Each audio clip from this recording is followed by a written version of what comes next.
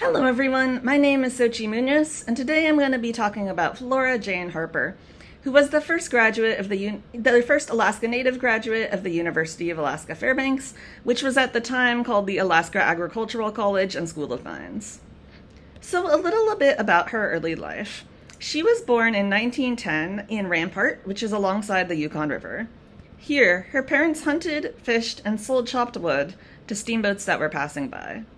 She was Athabascan, Russian, and Irish, and she was the first of 10 children in her family to live to adulthood. Interestingly, Flora Jane's uncle, Walter Harper, was the first person to summit Denali. In 1918, the Spanish flu epidemic was ravaging many Athabascan villages, so her father made the choice to move the entire family to Nenana because he thought it would be safer there due to the hospital and the doctor.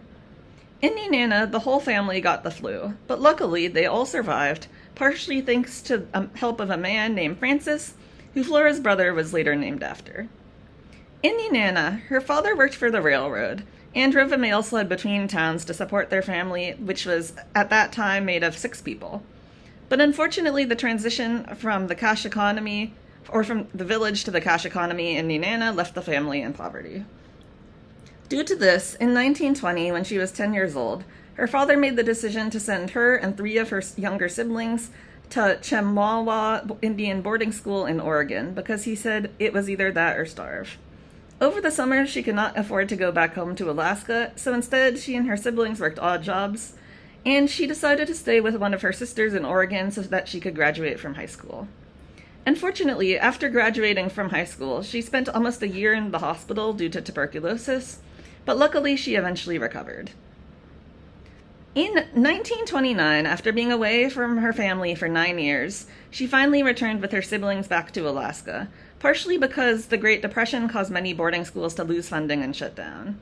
Her family moved to Fairbanks while she was gone, so she then moved to live with them there instead of living back at Nenana. In 1931, she enrolled at the Alaska Agricultural College and School of Mines. She worked throughout the college cleaning professor and administrators' houses, and she was a member of the science club. In 1935, at the age of 25, she graduated with a bachelor's degree in home economics, being the first Alaska Native to graduate from this institution. This is also the year before the name changed of the university to the University of Alaska.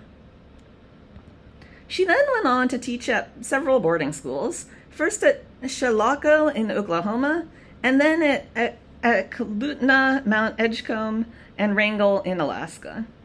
At Wrangell, she met and married her husband, Walter Pete Petrie, and she tried her best to incorporate her Native knowledge into the classrooms, which she taught. She also sent checks to the Office of Rural Student Services at the University of Alaska Fairbanks to help other Native students who were struggling because she did not want anyone to struggle in the same way she had while being a student. In 1949, she moved to Anchorage, and she worked at the Luazic Library for several decades until she retired in 1972. According to her daughter, she loved to read novels and mysteries. Flora unfortunately passed away in 1992, and 2 years later, the University of Alaska Fairbanks named the Harper building, shown on the right, which is home to the University of Alaska Fairbanks' Interior Alaska campus after her. Her daughter, Jan Harper Haynes, also went on to write the book Cold River Spirits, which tells her family story, including the story of her mother, Flora Jane Harper, and her upbringing and life. Thank you so much for listening. Here are my references.